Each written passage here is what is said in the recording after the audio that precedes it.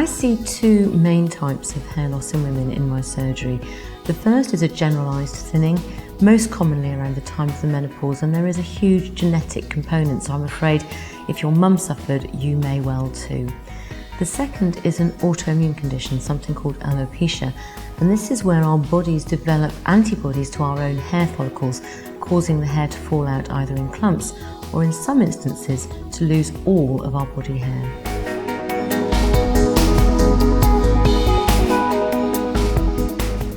Most people don't realise that we actually lose hair at a rate of about 100 hairs a day. Interestingly, this natural hair loss stops when we're pregnant, probably one of the reasons why we often say that pregnant women look like they're blooming or they have a very glossy head of hair. Interestingly, after the baby is born a few months later, all the hair that would have fallen out tends to fall out all at once.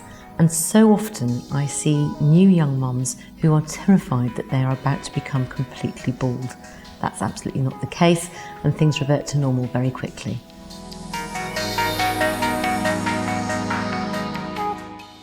Treatment of hair loss in women can be tricky. Alopecia is a very difficult condition to manage and usually involves the help of a specialist trichologist or dermatologist. Generalised thinning of the hair has a huge genetic component and there's not a lot we can do about that, but there are always things that we need to check out. So I usually do some blood tests to look at iron levels and thyroid function, as we know that abnormalities of the thyroid can cause thinning hair.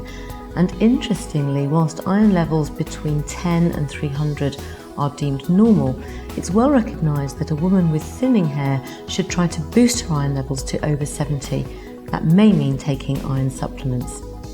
There is also a drug that we can use, something called minoxidil, that you can rub into the scalp to improve hair growth. Unfortunately, this also has testosterone-like side effects, and for many women, the deep voice or acne can actually be a worse side effect than losing their hair. It's also something that needs to be used every day, because whilst it works as you're using it, when you stop, the hair will fall out all over again. For more information on hair loss and the different types, please visit nhs.uk.